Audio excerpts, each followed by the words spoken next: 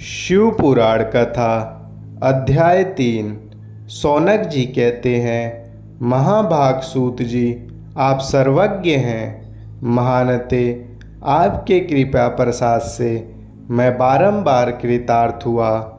इस इतिहास को सुनकर मेरा मन अत्यंत आनंद में निमग्न हो रहा है।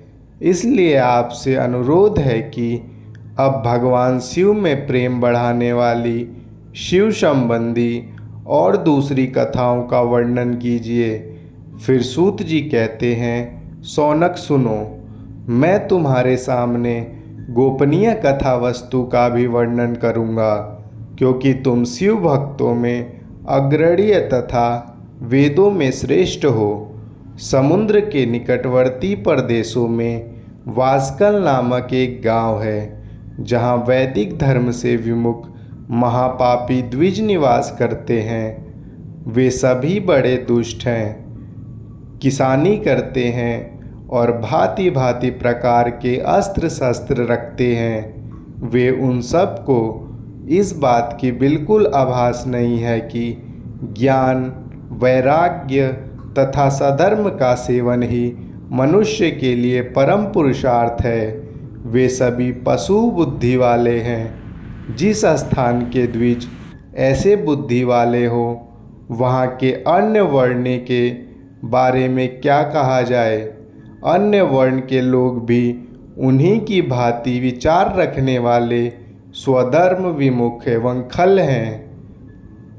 वे सदा कुकर्मी में लिप्त रहते हैं और दिन प्रतिदिन विषय भोगों में ही डूबे रहते हैं। वहाँ की सभी महिलाएं भी कुटिल प्रवृत्ति की स्वेच्छाचारिणी हैं। वे सद्व्यवहार एवं सदाचार से सर्वथा शून्य हैं। इस प्रकार वास्कल में केवल दुष्टों का ही निवास है।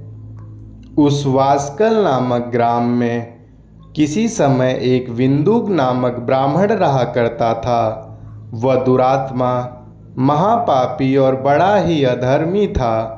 उसकी पत्नी बड़ी ही सुंदर थी। पत्नी के सुंदर होने पर भी वो कुमार्ग पर चलता था। उसकी पत्नी का नाम चंचुला था। उसकी पत्नी सदा उत्तम धर्म के पालन में लगी रहती थी और वह दुष्ट ब्राह्मण उसे छोड़कर वैश्यागामी में लगा रहता था। इस तरह कुकर्म में लगे हुए उस बिंदुक के बहुत वर्ष व्यतीत हो गए। उसकी पत्नी चंचुला काम से पीड़ित होने पर भी स्वधर्म नाश के भय से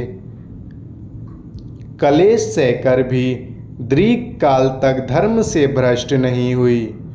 परंतु कुछ समय के पश्चात अपने दुराचारी पति के दुराचरण से प्रभावित होकर वह आगे चलकर भी दुराचारिणी हो गई। इस प्रकार दुराचार में डूबे हुए उन्मूढ़ चित्त वाले पति पत्नी का बहुत सा समय व्यर्थ बीत गया। बाद में वह बिंदुक ब्राह्मण समय अनुसार मरकर नरक में जा पहुंचा। बहुत दिनों तक नरक के दुख भोग करने के बाद वह मूढ़ बुद्धि पापी विंध्य पर्वत पर भयंकर पिशाच बन गया। इधर अपने दुराचारी पति बिंदुक के मर जाने के पश्चात वह मूढ़ चंचुला बहुत समय तक अपने पुत्र के साथ अपने घर में ही रही। एक दिन देव योग से किसी पुण्य पर्व के आने पर चंचुला अपने भाई बंधुओं के साथ गोकर्ण प्रदेश में गई। तीर्थयात्रियों के संग जाकर उसने किसी तीर्थ के जल में स्नान किया। फिर वह मेला देखने की दृष्टि से अपने बंधुजनों के साथ यहाँ वहाँ घूमने लगी। इसी प्रकार घूमती घामती वह किसी देव मंदिर में पहुँच गई।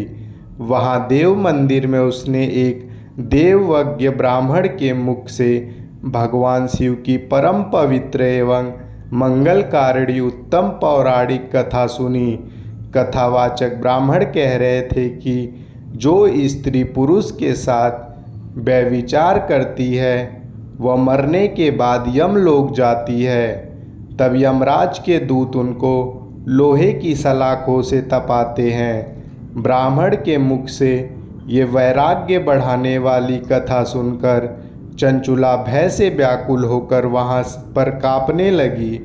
जब कथा समाप्त हुई और सुनने वाले लोग वहाँ से बाहर चले गए, तब चंचुला मन ही मन सोचती है, बुरे कर्मों में और कुसंस्कृत विषयों में संलग्न हुई हूँ और अपने धर्म से विमुख हो गई हूँ।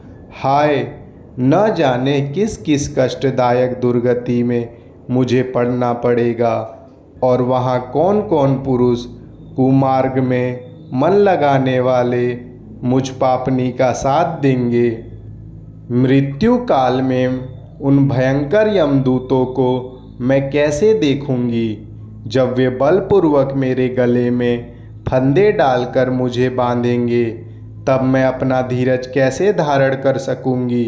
नरक में जब मेरे शरीर के टुकड़े टुकड़े किए जाएंगे, उस समय विशेष दुख देने वाली उस महायातना को वहाँ मैं कैसे सहन कर सकूंगी, क्योंकि मैं हर तरह से पाप में डूबी रही हूँ। तब वहाँ बैठे ब्राह्मण से चंचुला कहती है, ब्राह्मण महाराज, आप ही मेरे गुरु हैं, आप ही माता पिता हैं। मैं आपकी शरण में आई हूँ। मुझ दीन उबला का आप ही उद्धार कीजिए। अब सूत जी कहते हैं, शौनक, इस प्रकार खेद और वैराग्य से युक्त चंचुला ब्राह्मण देवता के चरणों में गिर पड़ी।